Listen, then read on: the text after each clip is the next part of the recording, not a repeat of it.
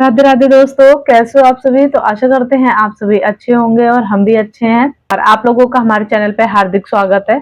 तो चलिए आज इस वीडियो में हम जानेंगे भादो महीने के यानी कि भाद्रपद मास की गणेश चतुर्थी कब है, जिसको हम बहुला चौथ के नाम से भी जानते हैं और गणेश चतुर्थी के नाम से भी जानते हैं।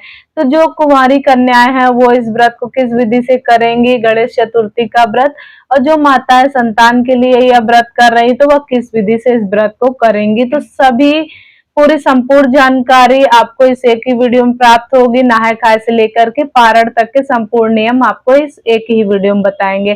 चंद्रोदय का समय बताएंगे और चतुर्थी तिथि कब शुरू हो रही है और कब समाप्त हो रही है, कौन कौन सी बातों का ध्यान रखना है, और ये एक कार्य जो बताएंगे उसको जरूर करना है। और तो बहुला गणेश चौथ से संबंधित सभी बातें हम इस एक ही वीडियो में आप लोग बताएंगे। तो इसलिए वीडियो में अंत तक बने रहिएगा और वीडियो अच्छा लगे तो ज्यादा ज्यादा शेयर कीजिएगा, लाइक कीजिएगा, और चैनल पे न्यू है तो सब्सक्राइब कर दीजिएगा, बेल आइकन जरूर प्रेस कर दीजिएगा जिससे हमारे वीडियो का नया नोटिफिकेशन सबसे पहले आप लोगों के पास पहुंचे।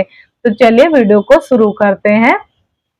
तो सबसे पहले हम आप लोगों को बताएंगे कि गणेश चौथ का व्रत हम भाद्रपद मास के कृष्ण पक्ष की चतुर्थी तिथि के दिन हम इस व्रत को रखते हैं, जिसको कि हम गणेश चौथ, गणेश चतुर्थी के नाम से इस वीडियो को मतलब इस व्रत को जानते हैं। और कुछ लोग बहुला चौथ के नाम से भी इस व्रत को जानते हैं। कुछ लोग बहुला गाय की पूजा करते हैं, कथा सुनते हैं और पूजा करते हैं।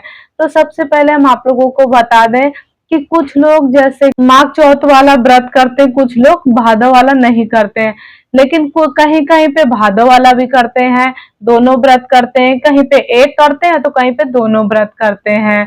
तो जो माघ चौथ होता है तो उसमें उठाया जाता है और भादो में बैठाया जाता है।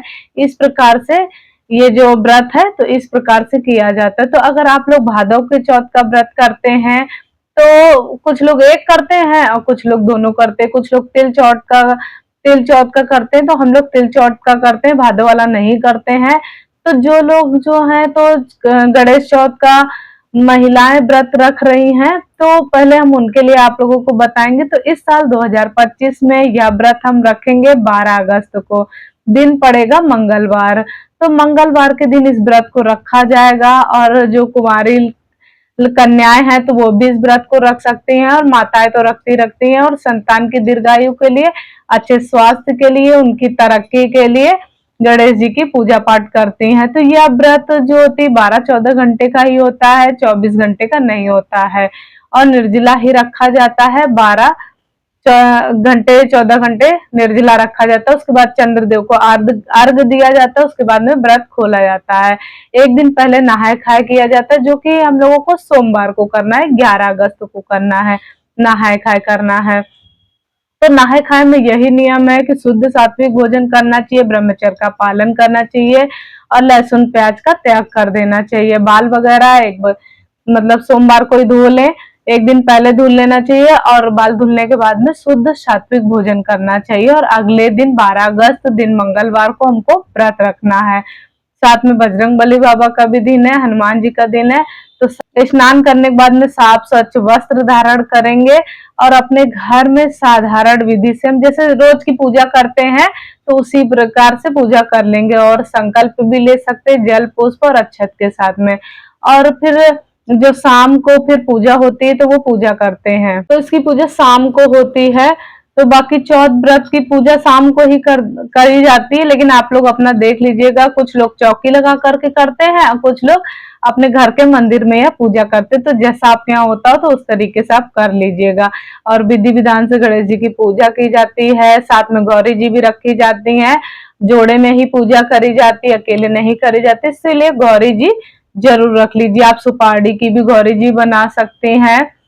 तो इस तरीके से हल्दी से भी बनाई जाती, सुपारी से भी बना सकते। तो उनको रख करके हम गणेश जी को, फिर उसके बाद में हम गणेश जी को दुर्वा चढ़ाएंगे, पुष्प चढ़ाएंगे, फल फ्रूट चढ़ाएंगे। और कुछ लोग चावल के आटा की पंजीरी चढ़ाते हैं, उसमें चीनी डाल करके, और तिल चढ़ाया जाता है। तो इस तरीके से चढ़ाया जाता है। तो आप लोग अपने घर का नियम देख लीजिए क्या चढ़ाता है। लड्डू, मोदक, जितना भी आपका शक्ति और सामर्थ्य हो उतना आप चढ़ा करके आप चढ़ाइए। पान सुपारी सब कुछ चढ़ाइए आप। और अर्घ देने के लिए आपको एक लोटा चाहिए होता है। तो उसके बाद में कथा सुनना होता है और एक वस्त्र चढ़ाया जाता है, तो यह कलावा चढ़ा सकते हैं।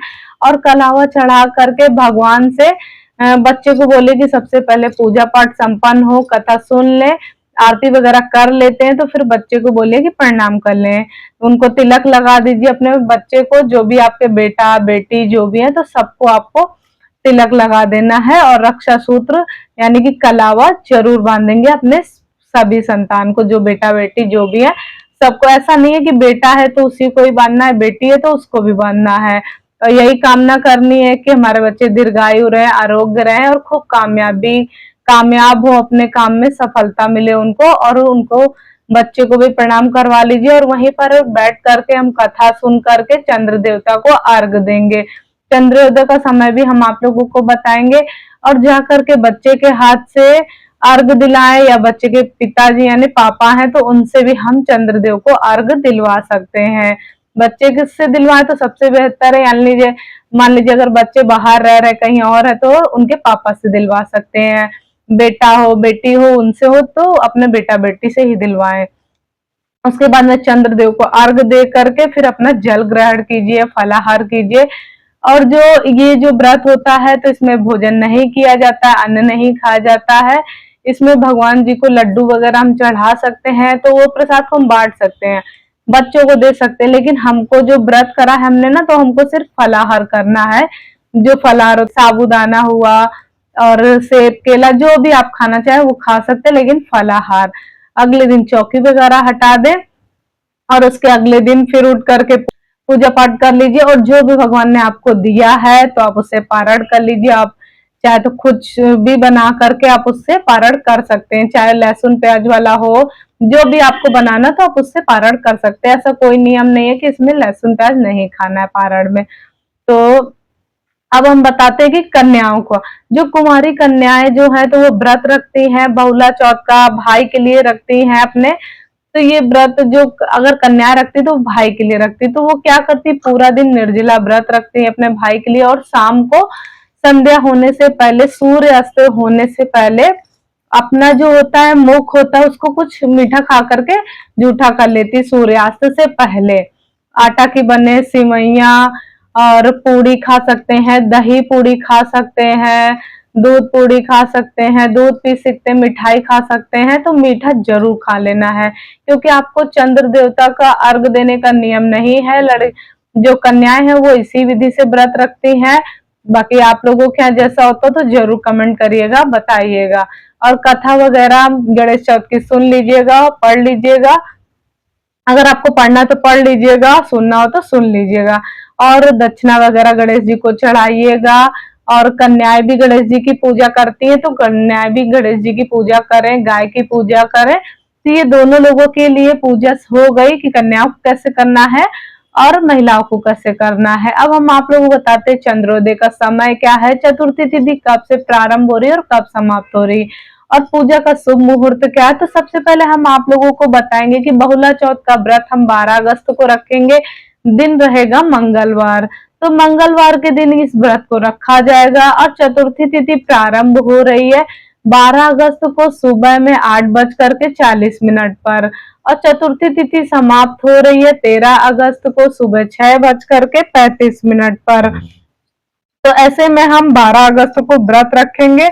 और चंद्रोदय का समय 12 अगस्त को रात 8:59 पर चंद्रदेव को अर्घ देना है। पूजा का शुभ मुहूर्त हम बता देते हैं आप लोगों को। जब शाम में हम पूजा करते तो शाम 6:50 से लेकर के शाम 7:16 तक हम लोगों को पूजा करना है। तो इस टाइम में हमको पूजा कर लेना है। तो ये थी हमारे गणेश चौथ की जानकारी। अगर आप लोगों को अच्छी लगी गणेश चौथ बहुला चौथ की जानकारी अगर अच्छी लगी हो तो ज्यादा से ज्यादा शेयर कीजिएगा, लाइक कीजिएगा और कमेंट में अपने सुझाव जरूर दीजिएगा। और श्री गणेशाय नमः जरूर लिखिएगा। तो चलिए मिलते हैं नेक्स्ट वीडियो में, तब तक के लिए श्री गणेशाय नमः।